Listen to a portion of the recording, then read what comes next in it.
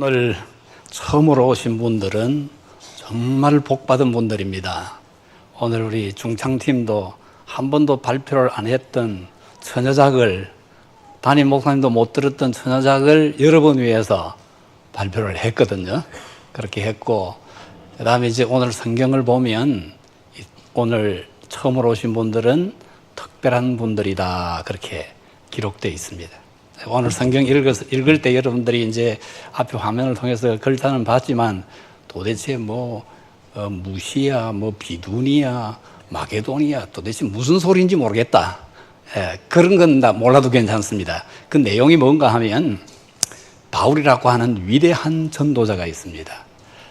기독교, 이 예수교를 기독교라고 하지 않는다면 바울교라고 해야 될 만큼 공로가 엄청난 분인데, 이분은 원래 이름이 사울이었습니다. 큰 자, 옛날에는 큰 자라고 이렇게 자랑했던 인물입니다. 그렇게 자랑할 만도 한데요, 이스라엘 백성들은 자기들이 선민이라고 이렇게 특별 종족이다 이렇게 자처하는 사람들입니다. 그러니까 유태인 중에 유태인이고, 그리고 학문에 있어서 최고의 학문을 했었고, 그 다음에 이제 오늘날도 후진국일수록 권력의 힘이 세고, 또 국가에 있어서 과거일수록 권력의 힘이 센데, 그 옛날에 젊은 나이에 몇이 안 되는 오늘날 같은 국회의원, 나라를 좌지우지하는 권력을 가졌던 인물입니다. 젊은 나이에. 그러니까 최고 선민 중에 선민이고, 또 국회의원 중에 국회의원이고, 모든 사람들이 존경하는, 그 유태인들이 다 존경하는 바리새인 중에 바리새인이고, 학문에 있어서 최고의 학문을 했고, 그런 물질도 있고, 그 세상 사람들이 갖고 싶어 하는 것을 다 가진 인물입니다. 이 인물 사울이 예수님 믿는 사람들을 잡아 죽이려고, 이 사람들 때문에 세상이 시끄러우니까 예수 믿는 사람 잡아 다 없애버려야 되겠다 이렇게 생각을 하고, 도시마다 찾아다니면서 자기 돈을, 사제를 털어서 경비를 떼가면서 도시마다 방문을 해서 예수 믿는 사람을 색출해서 잡아 죽이던 사람입니다. 그 사람이 다마스커스라고 하는 도시를 향해서 예수 믿는 사람 잡아 죽이려고 가다가 그 길에서 예수님을 만나게 됩니다. 예수님을 만나서 예수님의 그 빛나는 광채에 의해서 눈이 어두워져 버려요. 앞을 못 보게 됐습니다.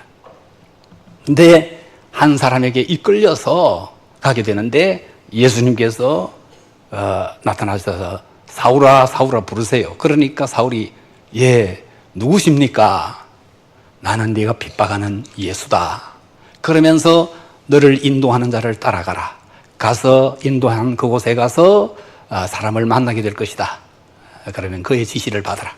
그렇게 해서 이제 가서 사람을 만나게 되고, 안수기도를 받고 눈이 떠여지게 되고 보게 되고, 그때부터 이 사울의 이름을 내려놓고 바울로 바꾸어서, 작은 자로 바꾸어서 평생을 예수 위해 살면서 오직 십자가와 예수만 알기로 작정하고, 모든 세상 사람들이 좋아했던 물질, 권력, 지식 다 분토와 같이, 배설물같이 버리고 예수만 위해서 평생을 살았던 사람입니다. 만약 이 사람이 사울로 살았다면 우리는 이 사람이 누군지 이름도 못 들어보게 됐을 겁니다.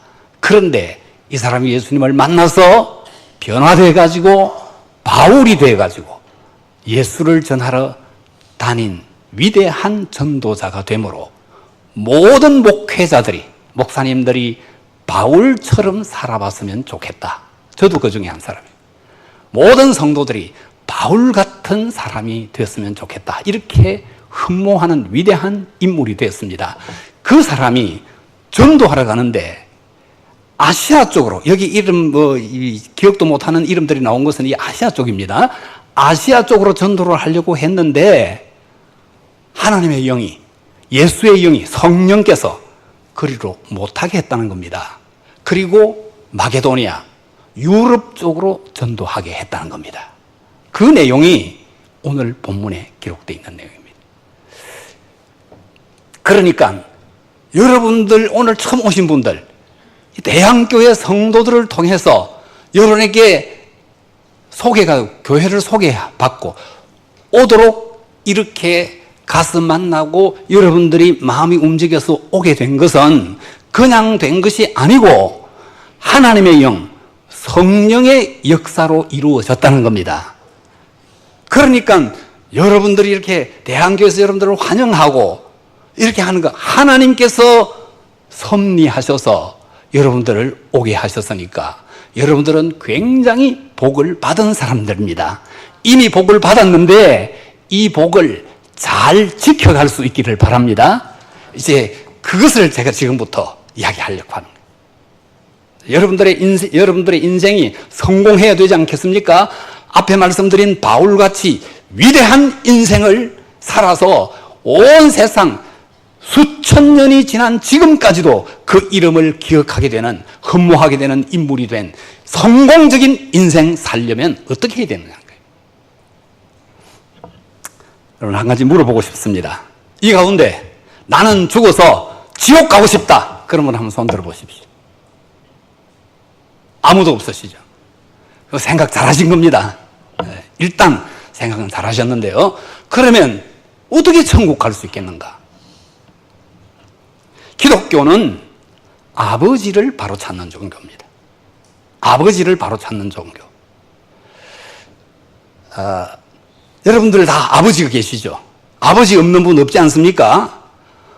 이것은 로마서 1장 20절에 하나님께서 보이는 모든 만물을 창조해 놓으시고 이 모든 만물 속에 하나님의 능력과 하나님의 영광, 이것이 다 나타나 있다고. 하나님의 뜻, 하나님의 계획, 하나님이 알려주고 싶은 것들이 이 보이는 만물 속에 다 나타나 있다고 성경이 말씀합니다. 그래서 성경을 안 읽어도, 전도를 못 받았어도 이 만물만 봐도 하나님이 살아계시다는 것을 알 수 있기 때문에 나는 하나님 몰라서 못 믿었다, 이건 핑계가 안 된다는 거예요.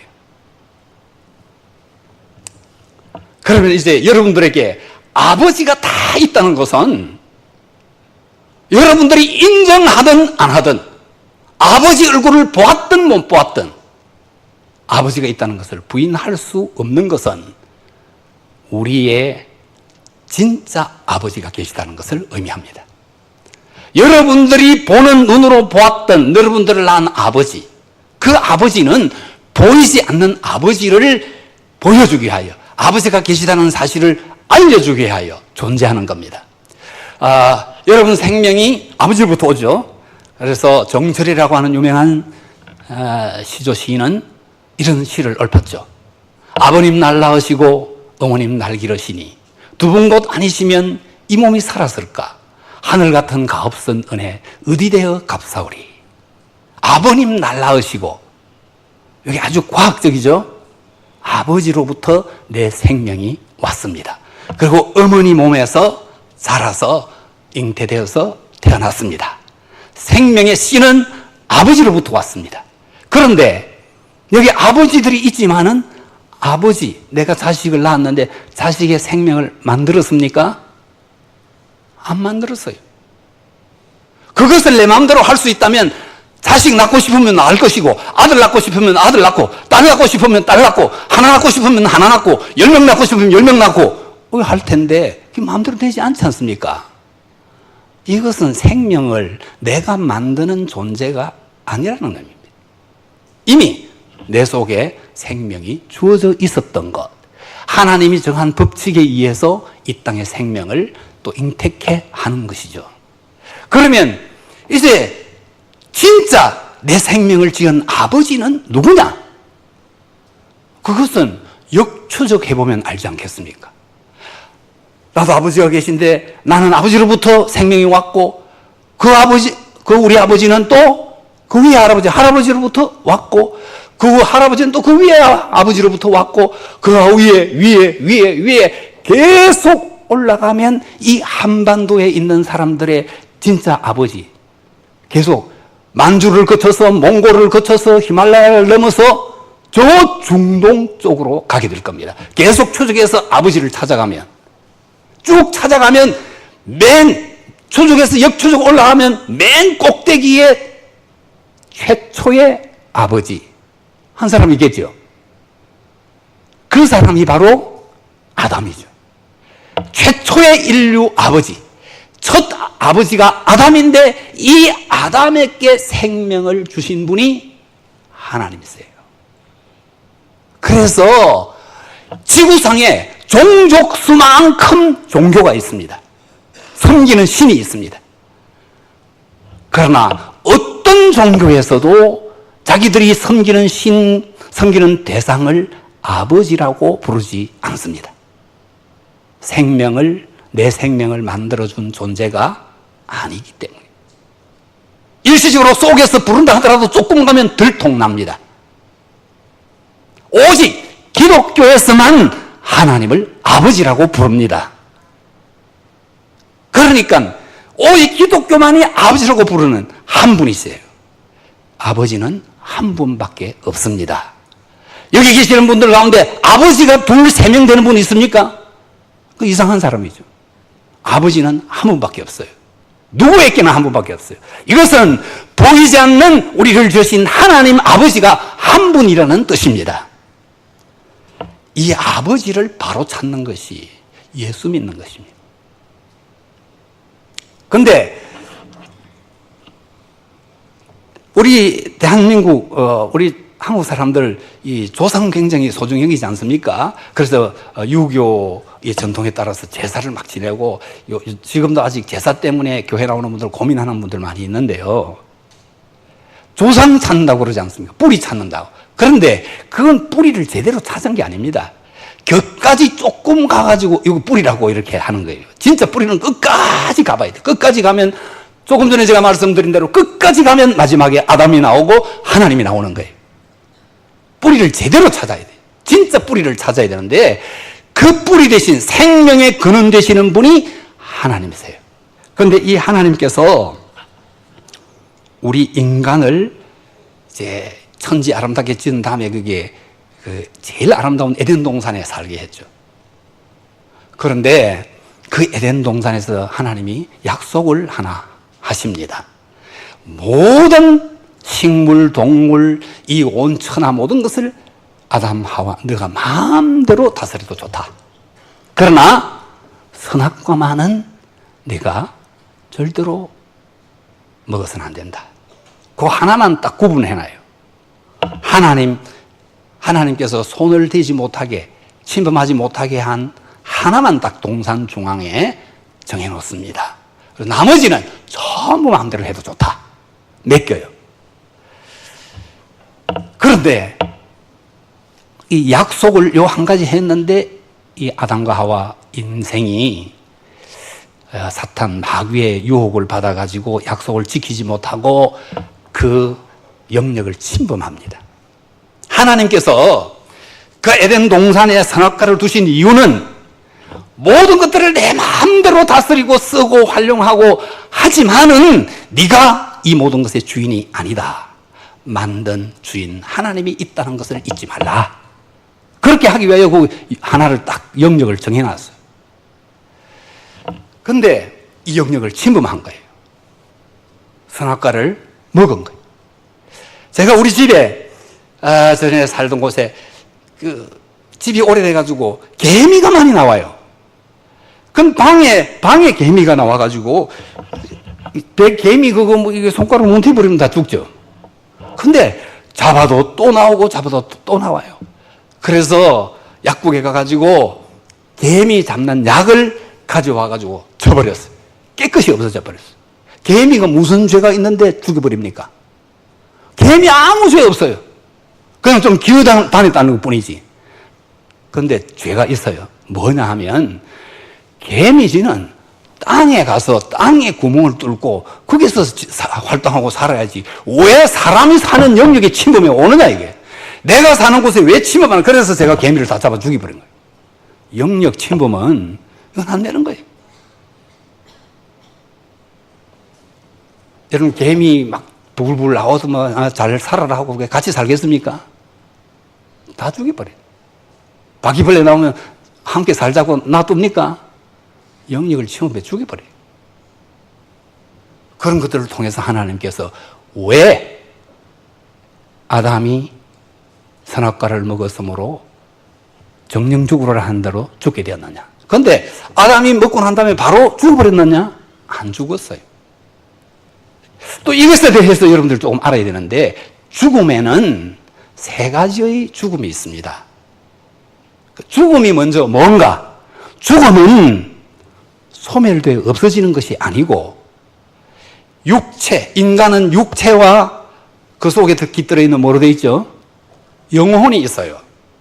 육체와 영혼으로 구성되어 있는데, 육체는 영혼의 집입니다. 이 집에 영혼이 깃들여 있을 때 그 살아있는 겁니다.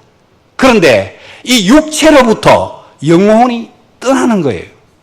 육체와 영혼이 분리되는 거예요. 이게 생리적인 죽음입니다. 죽음은 분리되는 것입니다. 생리적, 우리가 보통 죽었다는 것은 육체와 영혼이 분리될 때 이것을 육체적으로 죽었다 그래요. 그 다음에 이제 이게 육체적인 죽음이죠. 육체적인 죽음이 있다면 영적 죽음이 있어요. 영적 죽음은 우리 육체는 흙으로 지어졌습니다. 그래서 죽으면 흙으로 돌아가죠. 그러나 영혼은 어디로부터 왔는가? 하나님께로부터 왔어요. 그래서 하나님께로 가야 돼. 육체와 영혼이 분리되면서 육체는 흙으로 돌아가고 영혼은 하나님 앞으로 가서 심판을 받아야 돼. 이게 이제 영적으로 죽었다는 거, 그것은 이제 육체와 영혼이 분리되듯이 하나님께로부터 영혼이 왔는데 영이 하나님과 항상 연결되어 있어야 되는데 범죄함으로 끊어졌어요. 하나님과 소통이 끊어졌어요. 하나님을 피하는 존재가 되어버렸습니다. 이것을 하나님과 영적으로 끊어진 상태를 영적 죽음이라 그래요. 하나님과 내 영이 분리되어 버리는 거예요. 영적 죽음이에요. 그러면 자, 생리적인 죽음에서 그러니까 육체와 영혼이 있다고 그랬는데 영혼이 떠나가면 이 육체를 뭐라고 부릅니까? 시체라 그러죠. 영혼이 있을 때는 육체라 그러고 영혼이 떠나버리면은 시체가 돼요. 무엇에 의해서 좌우됩니까? 영혼에 의해서 좌우돼요. 육체보다는 영혼이 중요하다는 거예요. 그래서 사람들은 육체에는 관심이 많은데 진짜 중요한 영혼에 대한 관심이 별로 없어요. 오늘 처음 오신 여러분들은 영혼에 깊은 관심을 가지시기 바랍니다. 그러니까 이 영혼이 하나님께로부터 분리되는 것이 죽음이에요. 에덴 동산에서 인생이 범죄함으로 하나님과 이제 분리되게 된 거예요. 영적으로 죽게 된 거예요. 영적으로 죽고 난 다음에 그 다음에 육체적인 생리적인 죽음이 따라오게 되는 것입니다. 영혼이 죽으면 육체도 반드시 죽게 됩니다. 네, 마지막에 이제 세 번째 죽음은 영원한 죽음이 있습니다. 영원한 죽음. 이제 모든 사람들이 이렇게 육체와 영혼이 분리되어서 죽게 되는데 예수님이 다시 오실 때 이 땅을 마지막 심판하러 오실 때 전부 다 살아나게 돼요. 모든 사람이 다 살아나서 두 무리로 분리가 됩니다. 그때 천국은 하나님이 아가페의 사랑으로 영원히 다스리는 곳이고 지옥은 하나님의 통치가 전혀 없는 곳입니다. 이제 영적으로 죽은 사람들은 다시 살아나는데 다시 살아나가지고 영원한 죽음이라고 하는 것은 분리라 그랬죠. 영혼과 육체가 결합된 상태에서 하나님과 영원히 분리되는 결론에 이르게 되고 영원히 분리되는 자들이 가는 지옥에 가게 되고 다시 살아나서 예수 믿었던 자들은 생명의 부활로 부활해서 하나님의 통치 아래 영원히 들어가게 되는 아가페의 사랑 안에, 온전한 그 아가페 사랑 통치 아래 완전하게 들어가게 되는 그러한 마지막 날이 오게 되는 것입니다. 그때에 영원한 죽음, 믿지 않는 자들은 영원한 죽음을 맛보게 되는 것이고, 영원히 하나님 통치 아래서 벗어나게 되는 것이죠. 지금도 하나님 통치 아래 있으면 이 세상을 천국같이 살아갈 수가 있습니다. 내 마음을 하나님이 다스려 주시도록 맡기면 내 마음의 천국이 이루어집니다. 우리 가정을 하나님이 통치하는 가정 되게 만들면 우리 가정이 천국 같은 가정이 되는 겁니다. 그러나 하나님 없는 그런 마음을 갖고 있으면 조금만 무슨 일이 일어나도 불안하고, 죽음 앞에 다가갈 때는 더 불안하고 두려워지는 것입니다. 마지막 영원한 죽음이 기다리고 있기 때문에 그렇습니다. 그래서 예수는 믿어도 되고 안 믿어도 되는 게 아닙니다. 지금 세계 역사는 이제 우리를 창조하신 하나님께서 다스리고 있기 때문에 역사의 중심에는 예수 그리스도가 있습니다. 이제 하나님께서 이게 우리가 범죄해서 하나님을 찾아갈 수 없게 됐어요. 이렇게 없게 된 우리에게 하나님께서 길을 만들어 주신 것이 당신의 하나밖에 없는 독생자 예수 그리스도를 보내서 우리의 모든 잘못된 죄들을 대신 짊어지고 희생 제물이 된 겁니다. 죄를 다 짊어지고 자신이 죽어버려요. 죄값은 사망인데 대신 죽어주신 거예요. 그래서 예수님이 내 영원한 생명의 영원한 축복의 통로가 되신다. 이걸 믿고 내 진짜 참 아버지는 우리 아버지 통해서 보여주시는 하나님 아버지가 내 아버지시다. 이렇게 믿는 자라야 천국에 들어가는 복을 받게 되죠. 지금도 역사는 예수 중심으로 움직입니다. 예수를 믿든지 안 믿든지 다 예수 중심으로 움직이는 거예요. 모든 사람이 예수 중심으로 움직일 수밖에 없습니다. 역사는 예수를 중심해서 예수님 이전에 어떤 일들이 있어서 예수님이 오셔야만 했던가. 여기 이제 BC 아닙니까? Before Christ. 그리스도 이전에 무슨 일이 있어서 결국 예수님이 오셔야만 했던가. 요거 정리한 것이 기원전 BC. 그 다음에 예수님이 오시고 난 다음에 마지막 심판 때까지 무슨 일들이 벌어졌는가. 예수님이 오셨음에도 불구하고 어떤 일들이 벌어졌는가. 이제 최종적으로 믿음 잣대를 가지고 심판을 해야 되겠다 하는 그때까지 요 역사를 정리해서 기록한 것이 기원 후 AD 아노 도미니, 우리 주님의 시대에 어떤 일들이 일어나서 심판하러 오셨는가. 이게 역사를 정리하는 기준입니다. 우리나라 사람들은 누구나 할 것 없이 갓난 아기부터 아직 숨이 끊어지지 아니한 노년까지 전부 다 자기 신분을 나타내는 숫자가 있죠. 제일 먼저 어디 가다가 불신 검문을 받는다. 그러면은 뭐 대보라 그럽니까? 주민등록번호. 집사님이세요? 앞에 6자리 어떻게 되죠? 580801.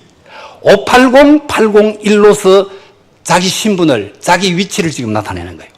그 다음에는 이제 뭐 남자냐 여자냐 어느 시에 어느 도에 어느 동에 살고 있는 요게 이제 숫자 나오고, 앞에 제일 먼저 내가 어느 시점에 사는 존재냐. 580801. 예. 이 말이 이 숫자가 무슨 뜻입니까? 숫자가 굉장히 많죠. 그런데 이 말을 풀어서 말로서 표현하면 나는 예수님이 태어나신 지 1980년 지난 그 해, 1980년 되는 그 해 8월 1일 날 태어났다. 이 말입니다. 그렇죠. 나는 예수님이 태어나신 지 1980년 8월 하루째, 초하루째 되는 날에 내가 태어났다. 내가 존재하는 시점을 말해주는 거예요. 내가 어느 시점에 존재하고 있느냐. 이것이 예수님이 기준이 되고 있는 거예요. 이건 예수를 믿든지 안 믿든지 누구나 그 숫자를 쓰고 있는 거예요. 그런데 이런 숫자가 왜 생겼는지 학교에서는 대학 아니라 대학원을 몇 개를 해도 안 가르쳐줘요. 여러분의 존재는 예수 그리스도를 기점으로 여러분의 존재가 어디에 있는지를 확인할 수 있다는 거 여러분 기억하셔야 됩니다. 그러니까 예수 없이는 내가 어디에 살고 있으며 내가 어떤 삶을 살아야 하는 것이며 내가 어디로 가야 하는지 전혀 알아볼 수 없다는 뜻입니다. 이게 역사의 흐름이에요. 부인할 수 없는 사실입니다. 기독교는 하나님께서 이스라엘 백성들을 택해가지고 수많은 민족 가운데 이스라엘 백성들을 택해가지고 하나님이 어떻게 범죄해서 하나님을 떠난 분리된 인간을 구원하시는가 하는 사실을 보여주는 것을 핵심으로 하고 있습니다. 그래서 기독교의 뿌리는 구약 성경과 이스라엘 역사에서 찾을 수가 있습니다. 이스라엘 백성들을 하나님께서 모델로 택해가지고 그렇다고 해서 이스라엘 백성들이 다 구원을 얻는 게 아닙니다. 이거는 이제 모델로 보여주는 것이고 직접 구원과는 달라요. 구원은 예수 그리스도를 믿어야만 됩니다. 예수 그리스도를 통해서 하나님 아버지께서 나를 구원하신다는 사실을 믿어야 구원을 얻습니다. 그런데 이스라엘은 그 사실을 보여주는 모델로 하나 선택된 것입니다. 그래서 이제 베들레헴부터 시작이 되는 거예요. 이 유대 나라가 동양입니까? 서양입니까? 동양이에요. 좀 더 올라가서 터키의 이스탄불 거기에서 다리 하나 건너면 서양이고 다리 하나 건너오면 동양이고 그 선이 딱 나눠져요. 이 기독교는 동양에서 시작됐어요. 오늘 본문은 동양에서 시작된 이 기독교가 바울을 통해서 아시아 동양 쪽으로 전도를 하려고 바울이 그렇게 했는데 하나님께서 막아서 못하게 했다는 거예요. 그래서 마게도니아 유럽 쪽으로 갔다는 겁니다. 바울은 계획하기를 이쪽으로 계획했어요. 그런데 하나님께서는 막으시고 이쪽으로 가게 했다는 거예요. 이것은 이 오늘 본문은 세계 역사의 판도가 바뀌게 되는 것을 말하고 있는 겁니다. 결국 기독교가 유럽으로 먼저 들어감으로 말미암아 유럽이 전부 선진국이 됩니다. 기독교가 들어가는 곳에는 반드시 하나님께서 놀라운 역사를 일으켜서 선진국, 모든 사람들보다 앞서가는 나라가 되게 하고 앞서가는 민족이 되게 하고 앞서가는 사람이 되도록 만드십니다. 이게 하나님의 약속입니다. 기독교 문화 아래서는 매 일주일마다 하루씩 쉽니다. 일주일마다 한 번씩 쉬는 것은 하나님의 하시는 역사를 따라서 하는 거예요. 하나님의 명령을 또한 순종해서 그렇게 하는 겁니다. 다른 종교에서는 일주일마다 하루씩 쉬는 게 없습니다. 동양은 이제 주로 불교, 힌두교, 온갖 잡신, 그 영향권 아래에 있고, 서양은 기독교 문화권 아래에 있어요. 근데 지금 제가 이렇게 넥타이 메고 양복을 입는 게 서양 문화입니까? 동양 문화입니까? 서양 문화예요. 사실 예수님 오신 후 지금까지 2000년 동안 기독교 문화권 아래에 있는 나라들은 반드시 일주일에 한 번씩 쉬어요. 1년에 52일을 쉬어요. 그러나 다른 종교를 믿는 사람들은 쉬는 게 없어요. 다 계속 이래요. 그러면 2000년 동안 일주일에 한 번씩 쉬는 게 어느 정도 되느냐? 약 300년 돼요. 300년. 300년 서양 문화는 쉬어가면서 왔고 동양 문화는 300년 더 일했어요. 그럼에도 불구하고 서양 문화의 지배 아래 들어가 있어요. 왜 그러냐? 창세기 2장 1절부터 3절까지 그 내용을 한번 같이 읽어보겠습니다. 천지와 만물이 다 이루니라. 하나님의 지으시던 일이 일곱째 날이 이를 때에 마치니 그 지으시던 일이 다함으로 일곱째 날에 안식하시니라. 하나님이 일곱째 날을 복주사 거룩하게 하셨으니 이는 하나님이 그 창조하시며 만드시던 모든 일을 마치시고 이날에 안식하셨음이더라. 하나님께서 일곱째 날 안식일 날 딱 쉬면서 이 날을 복주셨다고 말합니다. 그래서 안식일은 쉬는 날 하나님과 깊이 교제하는 날, 하나님 따라서 내가 쉬면서 하나님 가까이 간다. 이렇게 사는 사람들을 그 나라를 통해서 복을 주신다는 거예요. 그래서 주의를 잘 지키는 나라, 잘 안식하면서 하나님 중심으로 사는 나라들은 다 선진국이 되는 것입니다. 여러분, 세계 지도를 딱 펼쳐놓고 그 나라 국기에 십자가가 들어있는 나라 치고 선진국 아닌 나라가 있는지 한번 살펴보십시오. 그 나라 국민의 90% 이상이 종교난에 기독교라고 적는 나라 치고 선진국 아닌 나라가 있는가 보십시오. 신명기 5장 10절, 11절을 한번 같이 읽어보겠습니다. 나를 사랑하고 내 계명을 지키는 자에게는 천대까지 은혜를 베푸느니라. 너는 너의 하나님 여호와의 이름을 망령되이 일컫지 말라. 나 여호와는 나의 이름을 망령되이 일컫는 자를 죄 없는 줄로 인정치 아니하리라. 내 계명을 잘 지키, 나를 사랑하고 내 계명을 지키는 자에게는 천대까지 은혜를 베풀겠다. 그래서 하나님 약속을 지키시는 거예요. 하나님을 잘 경외하는 민족, 그 나라는 계속 복을 받게 되어 있습니다. 그러나 그 나라의 국민의 90% 이상이 기독교 아닌 다른 종교를 믿고 있는 나라들 치고 가난을 면한 나라가 어디 있는가 보십시오. 중동 같은 나라는 지하자원이 석유가 엄청나게 많이 납니다. 그럼에도 불구하고 백성들이 가난을 면치 못하고 있습니다. 이슬람교, 힌두교, 불교, 이런 종교들을, 잡신, 이런 종교들을 믿는 나라 치고 선진국이 있나 보십시오.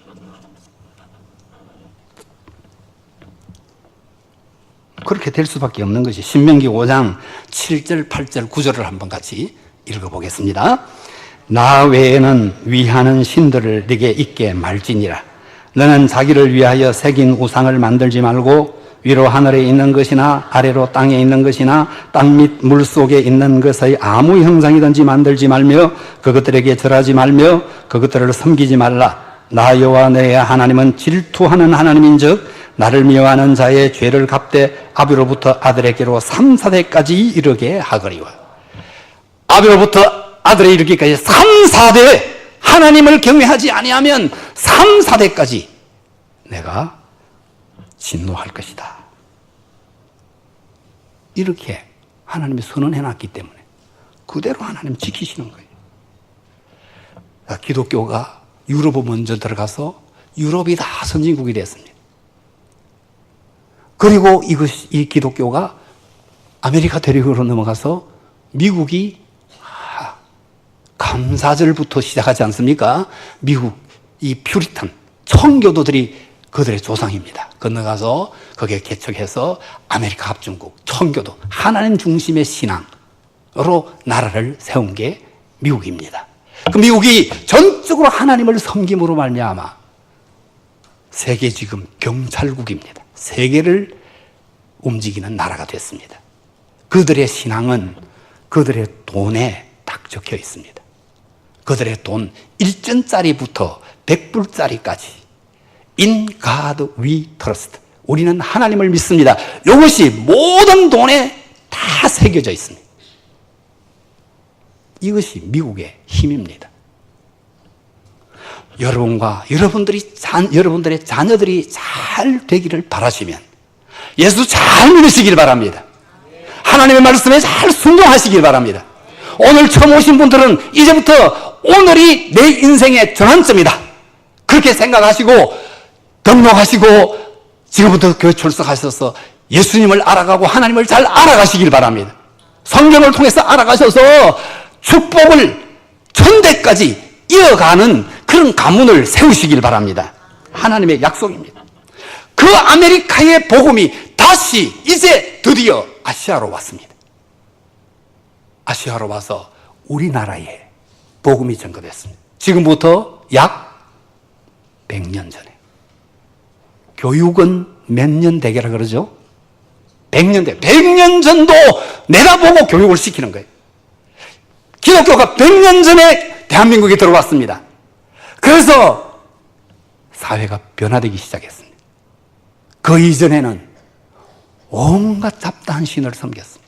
그래서 900여 회가 넘는 침략을 당하고 가난과 억압받는 슬픔을 면치 못하는 나라로, 그런 민족으로 살아왔습니다. 기독교가 들어오면서 교육이 확 바뀌었습니다. 그래서 우리 민족에 깨우치는 인물들이 많이 일어났습니다. 교과서에 등장하는 구한말 위대한 성각자들 누군가 보십시오. 고당 조만식 선생. 그분이 누굽니까? 독실한 교회 장로님이십니다. 연세가 많이 드셨으면서 오산학교를 세우시고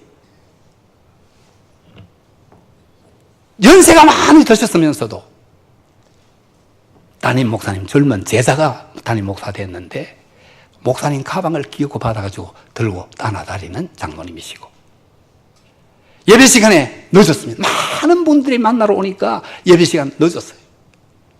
그래서 들어올 때 이 담임 목사님이, 주기철 목사님이, 장로님 그 서서 예배 드리십시오. 들어오시다가 그 딱 서서 예배 드렸어요. 예배 마칠 때 돼가지고 장로님 기도하십시오. 기도하시는데, 하나님, 이 불충하고 못난 죄인이 하나님 만나는데 바빠야 되는데 사람 만나는데 바빠가지고 예배에 늦게 와서 모든 성도들의 본이 되지 못한 것 너무 황송하고 죄송합니다. 눈물 흘리면서 회개하며 기도하시는 거예요. 온 성도들이 함께 울었습니다. 그런 장로님이세요. 그래서 그 장로님을 통해서 온 성도들이 하나님을 배울 수 있었고 신앙에 큰 진보를 가져올 수 있었습니다. 그런 장로님이 바로 고당 조만식 교과서의 선생으로 하는 장로님이세요. 월남 이상재 선생, 월남 이상재 장로님이세요. 사람들이 냉방에 주무시니까 좀 따뜻하게 해서 주무시라고 민족 지도자니까 장작을 해가지고 갖다 드리면 다 가난한 사람 다 나눠줘 버리고, 많은 사람들이 추운 데 떨고 있는데 내가 어떻게 따뜻하게 잘 수 있는가. 그러고는 잠방에 그냥 주무시고 민족을 위해서 기도하셨던, 헌신했던 장로님이세요. 남강 이승훈 선생 장로님이세요. 도산 안창호 선생, 기독교 청년운동의 선봉자입니다. 아내가 재봉틀 미싱 돌리는데 미싱질 해가지고 돈 벌으면 다 껌을 모아가지고 들고 가서 독립운동에 다 쏟아붓는 독실한 크리스찬. 김이 3.1 독립선언 33인 대표 중에 16명이 목사님과 장로님들입니다. 절반이 목사님, 장로님이세요. 기독교가 들어오면서 이 땅을 변화시키고 이 민족을 깨우치고 앞장서서 헌신하고 희생하면서 그렇게 기도했습니다.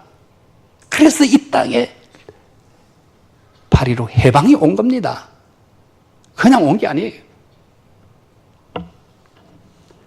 대한민국이 이렇게 깨어나기 시작해가지고 지금도 새벽마다 교회에서 100만 이상의 성도들이 나라와 민족을 위하여 기도하고 있습니다.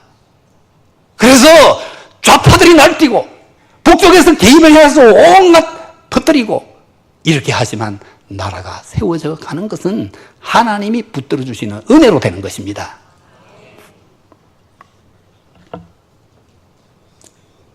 우리 인간에게는 세 개의 눈이 있습니다. 육체의 눈이 있고, 그 다음에 인간에게만 주신 이성의 눈이 있고, 그 다음에 중요한 영혼의 눈이 있습니다. 육체의 눈은 그냥 뭐 한 2.0 돼봐야 조금 먼 데까지는 보이지만 더 멀면 안 보입니다. 너무 가까워도 안 보입니다. 그리고 안 보이는 게 너무 많습니다. 이성의 눈, 이거 조금 발달시키면 이 책에 들어있는 사상이 무언가, 이 사람이 말하고자 하는 주제가 뭔가 이런 거 이제 깨우치죠. 이성의 눈을 통해서 보고 이런 거 할 수 있고요. 그런데 이건 전부 다 이 형이 하학적인 것만 깨달아요. 볼 수 있고 못 보는 게 너무 많아요. 모든 것, 보이지 않는 것까지 보려면 영적 눈을 떠야 돼요. 영적 눈을 뜨는 것이 바로 born again, 다시 태어나는 것. 예수를 믿음으로 말미암아 하나님께서 성령을 보내주어서 에덴 동산의 아담의 본래의 모습, 죄가 없었을 때의 그 지혜로운 모습 회복하는 겁니다. 하나님과 대화하고 지내는 그 회복하는 거예요. 아담이 짐승이 지나갈 때마다 이름을 척척 붙이지 않습니까? 제가 아이들 태어난 거 이름 지어달라고 하면 한 3개월 고민해야 좋은 이름 하나 기도 끝에 얻어내요. 그런데 아담은 지나가는 거냐 척 보고 이름 붙여요. 이거는 죄가 없었을 때에 하나님의 지혜를 가지고 있기 때문에 그렇기 때문에 이제 본덕이 다시 태어나면 영적인 눈을 떠서 하나님의 세계를 보게 되는 것입니다. 모든 만물의 움직이면 배후에 하나님의 역사하시는 손길에 의해서 움직여지는 겁니다.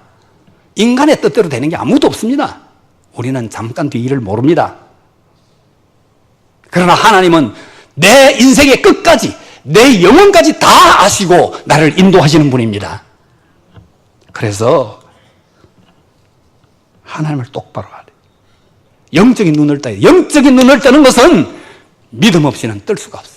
성령의 도우시는 역사가 없이는 뜰 수 없습니다. 오늘 처음으로 오신 분들, 그리고 지금까지 교회 다녔지만은 예수님을 만난 경험이 없는 분들, 이제 열심히 기도하고 말씀 묵상하고 예배에 집중해서 드림으로 예수님을 만나고 바울처럼 하나님을 만나고 말씀을 통해서 주님을 뵙고 하나님의 음성을 듣고 새로워지는 born again, 다시 태어나는 그런 축복을 다 누리게 되기를 주님의 이름으로 축복합니다.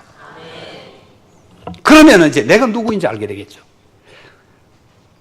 내가 누구인지 하나님 앞에 서기까지는 내가 누구인지 모릅니다. 내 아버지가 누구인지 알아야, 내 아버지가 박씨다. 그럼 난 박씨구나.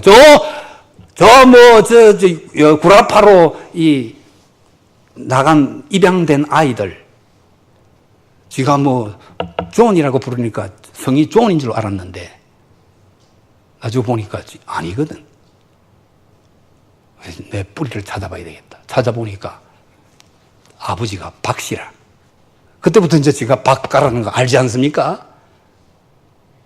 그러니까 아버지 앞에 서기까지는 자기가 누군지 몰라요. 자기가 누구인지 모르면 자기가 해야 될 일을 모르는 겁니다. 어떻게 뭘 위해 살아야 되는지 모릅니다. 그러면 인생에 다 실패하는 거예요. 이 마이크는 만든 사람이 이렇게 소리를 흡수해서 기기에 전달해가지고 스피커로 내보내기 위해서 이렇게 설계해가지고 먼저 목적을 딱 정하고 이 물건을 만든 거예요. 목적이 먼저 있었고 설계가 먼저 있었고 물건은 나중에 태어난 거예요. 목적을 위해서. 하물며 이 마이크, 종이 한 장도 목적을 가지고 만드는데 하나님께서 하나님의 모습으로 지은 여러분들에게 얼마나 소중한 목적을 가지고 만들었겠느냐 하는 겁니다. 그것을 하나님 앞에 서야 알 수 있는 거예요. 목적 아닌 것을 목적인 줄 알고 따라가면 반드시 후회하게 됩니다. 사람들이 돈이 목적이지 않습니까? 그래서 새벽부터 일어나가지고 쫓아다니죠. 돈 목적으로. 그런데 돈 그게 중요할까요? 저는 15년 교편 생활하고 30년 목회했지만 돈에 관심이 없었습니다. 물론 맡겨준 관리는 철저하게 하도록 했지만 그것을 모아가지고 어떻게 해봐요? 그런 생각이 없었어요. 그렇다고 해서 제가 벗고 살고 굶고 사느냐? 아니에요. 입이 음식보다 중요합니다. 몸이 옷보다 중요합니다. 입을 주신 분이 하나님이시고 몸을 주신 분이 하나님이세요. 그러면 중요한 몸을 주셨고 입을 주셨는데 중요하지도 않은 먹을 것과 입을 것을 안 주시겠느냐 하는 거예요. 공중에 나는 새를 보라. 공중에 나는 새입니다. 뭐 하고 있었을까요? 뭐 하고 있었을까요? 날개로 열심히 날고 있습니다. 날면서 밑을 주시하는 거예요. 이미 주신 손발, 두뇌, 건강 가지고 최선을 다해서 활동하면 하나님 목적을 위하여, 하나님이 나를 지으신 목적을 위해서 최선을 다해서 활동하면 먹을 것과 입을 것은 하나님이 책임지시는 겁니다. 너희는 먼저 그의 나라와 그의 의를 구하라. 그래야만 이 모든 것을 너희에게 더 하시리라. 더 하시리라. 사과 10,000원씩 사는데 7개 주고 하나 끼워주는 거 최고 상품 줍니까? 끼워주는 것은 좀 안 좋은 거 끼워줘요. 그런데 먹고 입는 문제는 하나님이 끼워주는 거라고 말씀하세요. 더 하시리라. 그런데 이 끼워주는 거, 그게 관심을 집중하는 사람들이 너무나 많아요. 정아무개, 돈이 목적이었는데 돈으로 안 된다. 그래서 생명 끊었어요. 돈이 다 될 줄 알았는데 안 된다는 거예요. 그럼 내가 도대체 뭘 믿고 사느냐? 살 필요가 없다. 그래서 죽어버렸어요. 대통령 했어요. 대통령 해봐야 이게 아무것도 아닌 거예요. 욕만 먹고 이제 수갑 차고 들어가게 생겼어. 대통령이 목적이었는데 목적이 없어져 버렸어요. 더 살 필요가 없겠다. 죽어버려요. 절망하는 거예요. 목적 아닌 것을 목적으로 삼으면 반드시 후회합니다. 지금 안 하면, 지금 후회해가지고 고치면 다행인데 모르고 그냥 지나가면 마지막에 반드시 후회해요. 돈, 멋진 침대는 살 수 있겠죠. 그러나 잠은 절대로 살 수 없습니다. 불면증 환자에게 잠이 얼마나 중요한가 물어보세요. 약, 돈 주면 약 얼마든지 살 수 있습니다. 그러나 건강은 절대 살 수 없습니다. 돈으로 예배당 이보다 몇 값을 크고 좋은 거 지을 수 있습니다. 그러나 천국은 절대로 돈으로 살 수 없습니다. 중요한 것은 돈으로 안 됩니다. 하나님의 은혜로 됩니다. 밥은 한 40일 안 먹어도 살 수 있습니다. 물만 먹으면. 근데 물도 상당히 오래 안 먹어도 살 수 있습니다. 근데 공기는 계속 안 마시면, 몇 분만 안 마시면 죽어버려요. 하나님은 공기를 공짜로 주세요. 가난하든지 부하든지 높든지 낮든지 많이 배웠든지 못 배웠든지 꼭 있어야 되는 이거는 다 공짜로 주세요. 하나님의 은혜 아니고 사는 사람이 없다는 사실을 알아야 합니다.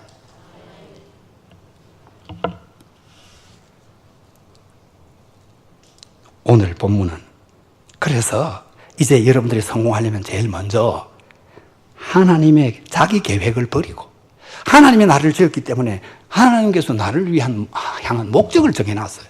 그걸 이루어 가야 되는 겁니다. 이 마이크가 소리 받아가지고 이렇게 크게 내려고 했는데 이 소리가 안 되면 어떻게 됩니까? 고쳐도 안 된다. 그럼 어떻게 해야 됩니까? 버려야 됩니다. 버리면 뭡니까 이게? 쓰레기. 처치 곤란한 쓰레기가 되는 거예요. 이 소리가 잘 전달되면 이거는 실패입니까? 성공입니까? 성공이에요. 성공은 돈 많은 버는 것도 아니고 높이 올라가는 것도 아니고 돈 마지막에 다 놓고 하나님 앞에 빈손으로 서야 돼. 아무리 높이 올라가도 다 밑바닥으로 내려와서 달라붙고 하나님 앞에 서야 돼. 수많은 엄청난 지식을 머릿속에 넣었어도 내가 눈 감는 순간에 이 지식은 완전 무효입니다. 그게 하나님 앞으로 한 걸음도 인도하지 않습니다. 그래서 내 계획을 버리고 하나님의 계획을 찾아가는 것이 내 삶의 목표가 되어야 된다는 겁니다. 내 계획이 되어야 된다는 겁니다. 제가 30년 목회하고 끝을 냈지만 뭐 하나도 내가 원한 대로 된 게 없어요. 우리 예배당을 처음에 예배당 지었던 그 자동 입구에, 그건 아직 재척식으로 남아 있습니다. 그 자동 입구에 거기에다가 한 3,000평 하나는 땅을 주십시오 막 기도했는데 안 되더라고. 하나는 안 주시더라고. 그러더니 동산 위에다가 딱 주신 거예요. 알고 보니까 이제 보니까 거기가 진짜 좋은 장소예요. 하나님은 최고로 우리를 인도하시는 줄 믿어야 합니다. 그래서 하나님의 계획을 찾아가야 됩니다. 여러분, 빛이 색깔이 이렇게 허연 이게 아니지 않습니까? 진짜 색깔. 진짜 색깔을 이제 보려면은 비가 오다가 딱 그치면은 동그랗게 뭐가 생깁니까? 무지개 생기는 거 보면 그게 진짜 빛의 색깔이에요. 그런데 지금도 그 색깔을 눈으로 볼 수 있는 기구가 있어요. 뭐 있죠? 세모 기둥으로 되어 있는 프리즘이라고 하는 유리체. 이것을 눈에 대고 보면 빛의 색깔이 무지갯빛으로 영롱하게 비치는 겁니다.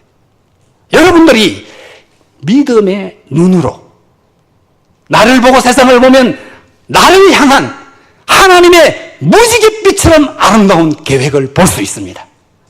그 계획을 찾아가면 내 인생이 무지개처럼 아름다운, 무지갯빛처럼 아름다운 인생이 되는 거예요. 그걸 잘해야 됩니다. 다른 건 아무리 해봐야 소용없습니다. 그래서 믿음이 중요한 겁니다. 믿음으로 나를 향한 하나님의 무지갯빛처럼 아름다운, 하늘을 지으시고 바다를 지으시고 산과 들을 지으신, 강을 지으신 위대하신 그 하나님의 나를 향한 위대한 계획을 발견해 가는 것. 그 계획을 내 계획으로 삼는 자가 성공하는 겁니다. 이거 잊지 말아야 됩니다. 그게 성공하는, 바울 사도가 그래서 성공했습니다. 잠언 16장 9절을 한번 같이 읽어보겠습니다. 사람이 마음으로 자기의 길을 계획할지라도 그 걸음을 인도하는 자는 여호와시니라. 자기 아무리 계획 세워보세요. 성공하나? 안 됩니다. 하나님이 인도해 가십니다. 하나님이 되게 할 자를 되게 하십니다. 하나님이 인도한 대로 가게 되면 어떤 고백을 하게 되는가? 시편 23편 1절 같이 읽겠습니다. 여호와는 나의 목자시니 내가 부족함이 없으리로다. 목자는 양떼를 이끌고 갑니다. 가는데 길이 질퍽해요. 막 자갈길이 있어요. 막 오르막도 있고 가시밭도 있어요. 왜 이리 갑니까? 물으면 목자가 뭐라고 말할까요? 이리로 가야 푸른 초장 쉴 만한 물가가 있다. 목자는 다 알고 이끌고 가고 있어요, 양떼를. 양들은 모릅니다. 그러니까 가다가 가시 찔리고 막 숨이 가쁘고 하면 막 불평하게 되죠. 이리로 가야 푸른 초장 쉴 만한 물가가 있다. 그래서 따라가 그냥 기쁘게 순종하고 따라가 보면 푸른 초장 쉴 만한 물가에 이르게 되는 것입니다. 하나님이 그렇게 인도하신다는 거예요. 그래서 믿음이 그렇게 중요한 것입니다. 그러니까 내 계획을 버리고 하나님의 계획을 따라가는 것, 이게 바로 인본주의를 버리고 신본주의로 사는 겁니다. 교회 안에 인본주의가 꽉 찼습니다. 투표하고 선거하는 거 다 인본주의. 여러분, 예수님 십자가 못 박으라 하는 게 절대 다수입니까? 소수입니까? 절대 다수예요. 다수결이 잘한 겁니까? 하나님 중심주의가 돼야 돼. 성령 충만하지 않으면 하나님 중심으로 살 수가 없어요. 그 다음에 중요한 것, 하나님의 계획을 자신의 계획으로 삼았으면 모든 것을 하나님께 맡겨야 돼요. 하나님께 맡겨야 돼요. 우리는 무슨 일이 일어날지 잘 모릅니다. 하나님께 맡겨라. 잠언 16장 3절을 한번 같이 읽어보겠습니다. 너의 행사를 여호와께 맡기라. 그리하면 너의 경영한 것이 이루리라. 여호와께 맡기라. 경영한 것이 이루실 것이다. 여러분, 납덩이를 연못에 던져버리면 납이 어떻게 됩니까? 가라앉아버려요. 금방 던지자마자 가라앉아버려요. 그런데 납덩이를 나무에다가 딱 붙여가 던지면 어떻게 됩니까? 떠요. 안 가라앉습니다. 파리 한 마리가 날아서 태평양 건너서 미국, 뉴욕까지 갈 수 있습니까? 못 갑니다. 그런데 이 파리가 미국 가는 사람 짐에만 붙어 있어도 갑니다. 예수 그리스도에게 딱 붙어 있으면 이런 일 저런 일이 벌어져도 천국을 향해 가는 겁니다. 성공을 향해 가는 겁니다. 제가 뉴욕 처음 갈 때 비행기 타고 그냥 갔는데 비행기 안에 있으니까 막 앉았다가 누웠다가 뭐 섰다가 뭐 화장실 갔다가 왔다가 이래도 결국은 뉴욕에 갔어요. 어떤 때는 좀 높이 올라갔다가 내려갔다. 우리의 믿음이 때로는 올라갔다가 내려갔다 할 수 있어요. 그러나 하나님의 인도 아래에 있으면 결국 목적지에 간다는 사실을 믿어야 합니다. 그런데 이제 믿는다는 것은 생명도 내놓는 겁니다. 믿으면 이 나무 토막에 붙어있는 납이 그냥 나무 토막하고 같이 움직이는, 같이. 이게 맡기는 거예요. 파리가 미국 가려면은 그 미국 가는 사람 짐에 붙어가지고 딱 붙어있어가 떨어지지 말아야 돼. 같이 움직여야 돼, 같이. 그러면은 이루어지는 겁니다. 그래서 여러분들이 지금 이제 주어진 하루하루, 오늘 중요하고, 이게 굉장히 중요한 거예요. 오늘 이 시간, 이 예배가 중요하고, 그 다음에 한 찬송 부를 때 찬송이 중요하고, 말씀 이 시간 듣는 게 중요하고, 그래서 이 말씀을 통해서 하나님의 음성을 들어야 됩니다. 하나님의 음성을 듣기를 바랍니다. 찬송 부를 때 온 힘을 다해서 그렇게 하면 찬송을 통해서 성령의 역사를 경험합니다. 오늘 이게 마지막처럼 기도도 내 마지막 기도다. 이 예배가 마지막 예배다. 이렇게 생각하고 하는 거예요. 이게 바로 목숨 거는 거예요. 바울 사도가 그렇게 살았습니다. 사도행전 20장 24절 한번 같이 읽어보겠습니다. 나의 달려갈 길과 주 예수께 받은 사명 곧 하나님의 은혜의 복음 증거하는 일을 마치려 하면은 나의 생명을 조금도 귀한 것으로 여기지 아니하노라. 목숨 걸었다는 거예요. 여러분 목숨 걸고 여러분 직장생활을 하셔야 됩니다. 그 직장생활 그게 뭐 돈 벌러 가는 게 아닙니다. 하나님께서 선교사로 보내는 거예요. 그 일을 통해서 일을 잘 능력 있게 잘해서 모든 사람들에게 하나님의 능력과 하나님의 영원하심과 하나님의 살아계심을 보여줘야 돼. 가정에서도 아빠로서 엄마로서 하나님을 보여줘야 돼. 그래서 작은 천국 만들어야 되는 겁니다. 여기에 목숨을 걸어야 돼. 바울 사도는 이 막 핍박 많이 받았습니다. 그런데 핍박을 즐깁니다. 사도행전 16장 25절 26절 같이 읽어보겠습니다. 대어 바울과 실라가 기도하고 하나님을 찬미하며 죄수들이 듣더라. 이에 호련히 큰 지진이 나서 옥터가 움직이고 문이 곧 다 열리며 모든 사람의 매인 것이 다 벗어진지라. 핍박을 받는데 그 핍박 받는 것을 즐거워하면서 찬송했어요. 기도하고 찬송했어요. 그러니까 기적이 일어나는 거예요. 여러분들이 질병이 있습니까? 찬송하십시오. 왜? 골로암바다로 저 천국 향할 때 주에게 선풍 주시니 참 감사하지만 큰 물결 일어나 나 쉬지 못하나 이 풍랑으로 인하여 더 빨리 갑니다. 고난이 더 빨리 가게 만들고 더 믿음에 진보하게 만들고 더 믿음이 정금같이 만들고 더 믿음으로 승리하도록 만듭니다. 그래서 모든 일을 감사함으로 찬양하면 기적이 따라오게 되어 있습니다. 하나님이 역사하기 때문에 그렇습니다. 그렇게 사는 것이 그리스도인입니다. 그리고 가다가 여러분들이 이제 제일 중요한 것은 그러면 하나님 뜻이 어디로 인도하는 건가? 모르면 엎드려 그냥 계속 기도하십시오. 하나님께서는 다 닫아버립니다.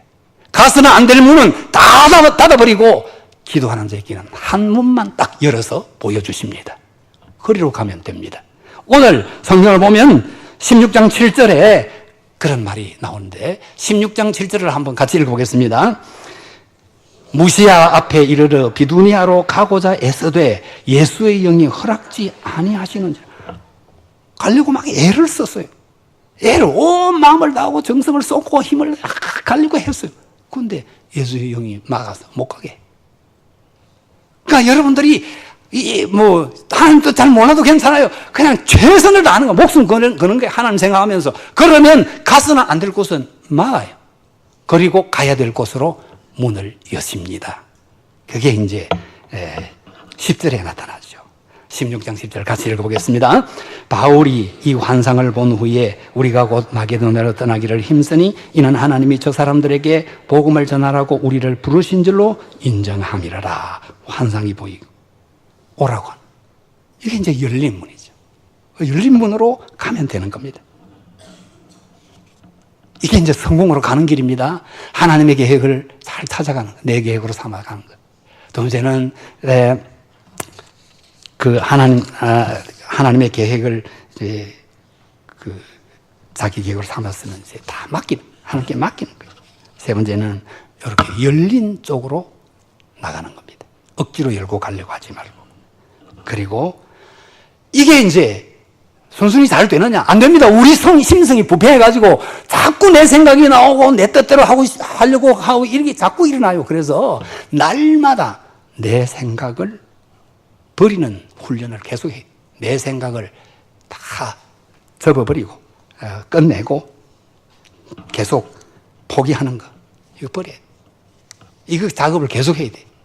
우리 심성은 계속 편안한 것을 추구하려고 그래요. 전에 제가 한번 말씀드렸지만도 여러분 지금 앉은 자리가 왜 거기 앉았습니까? 내가 편해서. 그러면 안 되죠. 어떻게 어디에 앉으면 이 예배가 하나님이 받으실 만한 아름다운 예배가 될까? 어떻게 어디에 앉으면 우리 성도님들이 하나님 받으실 예배를 드리는데 도와줄 수 있을까? 이런 거 생각하고 앉아야 돼요. 편안한 거. 이건 무슨, 내 속에 평안함을 추구하는 이게 무슨 생각인지 아십니까? 망하는 생각이에요. 서 있는 것보다 앉는 게 편하고, 앉아 있는 것보다 눕는 게 편하고, 누워 있는 것보다 자는 게 편하고, 자는 것보다 죽는 게 편해요. 이 편안하게 요거는 빨리 망하겠다는 생각이에요. 성경은 뭐라고 말합니까? 험하고 가기 어려운 좁은 길로 가라. 좁은 문으로 들어가라. 그리고 피 흘리고 고생하고 힘드는 십자가를 지라. 이렇게 말씀하셨어요. 그럼 하나님 우리 고생시키고 애미기려고 그럽니까? 아니에요. 마태복음 7장 13절 한번 같이 읽어보겠습니다. 좁은 문으로 들어가라. 멸망으로 인도하는 문은 크고 그 길이 넓어 그리로 들어가는 자가 많고 생명으로 인도하는 문은 좁고 길이 협착하여 찾는 이가 죽음이라. 왜 좁은 문으로 험한 길로 가랍니까? 그게 생명으로 인도하는 문이에요. 편한 길 그거는 멸망으로 인도하는 거니까. 더 모험적인 삶을 우리에게 요구합니다. 모험적인. 아시아로 전도 가면 바울이 계획했던 거니까 계획대로 작정하면 좀 편했을 거예요. 근데 생방 알지도 못하는 생각도 없었던 유럽으로 가라. 이제 힘들어. 힘든 거를 모험을 걸라고 하는 거예요. 마태복음 16장 24절 한번 같이 읽어보겠습니다. 이에 예수께서 제자들에게 이르시되 아무든지 나를 따라오려거든 자기를 부인하고 자기 십자가를 지고 나를 쫓을 것이니라. 십자가 지라는 거예요. 여러분 십자가는요 억지로 져도 복이 됩니다. 마가복음 15장 21절 한번 같이 읽어보겠습니다. 마침 알렉산더와 루포의 아비인 구레네 사람 시몬이 시골로서 와서 지나가는데 저희가 그를 억지로 같이 가게 하여 예수의 십자가를 지우고. 구레네 시몬이라고 하는 흑인이 있었는데 이 사람 그 예수님 십자가 그 지는 거 뭐 구경하러 왔다가 그래서 네가 지고 가라 해요. 억지로 지고 가게 했어요. 십자가를 억지로 진 거예요. 그런데 어떤 일이 벌어졌을까요? 로마서 16장 13절 같이 읽어보겠습니다. 주 안에서 택하심을 입은 루포와 그 어머니에게 문안하라. 그 어머니는 곧 내 어머니니라. 루포가 누구죠? 그 억지로 십자가 진 구레네 시몬의 아들 알렉산더와 루포. 이 구레네 시몬이 예수님의 제자가 됐고 아내도 제자가 됐고 자식들도 예수 믿어서 로마 교회 지도자가 됐다는 겁니다. 그리고 이 구레네 시몬의 아내는 바울을 길러낸, 바울을 위대하게 만든 데모 역할을 했다는 겁니다. 이렇게 십자가는 억지로 져도 복이 됩니다. 내 생각을 계속 버리고 없애버리고 하나님의 계획을 계속 찾아가는 겁니다. 예수님도 자기 생각 버렸어요. 그 마가복음 14장 36절 한번 같이 읽어보겠습니다. 가라사대 아바 아버지여 아버지께는 모든 것이 가능하오니 이 잔을 내게서 옮기시옵소서. 그러나 나의 원대로 마옵시고 아버지의 원대로 하옵소서 하시고. 예수님 자기 생각이 있었어요. 이 잔이 십자가 이게 지나가기를 원하는 이 자기 생각이. 그런데 기도 결론, 기도를 마치면서 결론은 내 생각은 접어두시고 아버지 생각대로 되기를 원합니다. 기도 결론이에요. 그래서 십자가를 지게 됩니다. 십자가를 져서 어떤 일이 생겨났을까요? 마태복음 28장 18절 같이 읽어보겠습니다. 예수께서 나와 일러 가라사대 하늘과 땅의 모든 권세를 내게 주셨으니 이제 딱 십자가 지고 죽었다가 부활했어요. 부활해서 하늘과 땅의 모든 권세를 아버지께로부터 받았습니다. 그리고 다스립니다. 히브리서 12장 2절 마지막 결론인데 같이 읽어보겠습니다. 믿음의 주요 온전케 하시는 예수를 바라보자. 저는 그 앞에 있는 즐거움을 위하여 십자가를 참으사 부끄러움을 개의치 아니하시더니 하나님 보좌 우편에 앉으셨느니라. 하나님 보좌 우편에서 하늘과 땅의 권세를 다스리고 계십니다. 마지막에 심판장으로 이 땅을 심판하러 오십니다. 십자가 지니까 이렇게 영광스러운 승리가 놀라운 일이 벌어지게 되는 거예요. 여러분들이 십자가 꼭 선택하시기 바랍니다.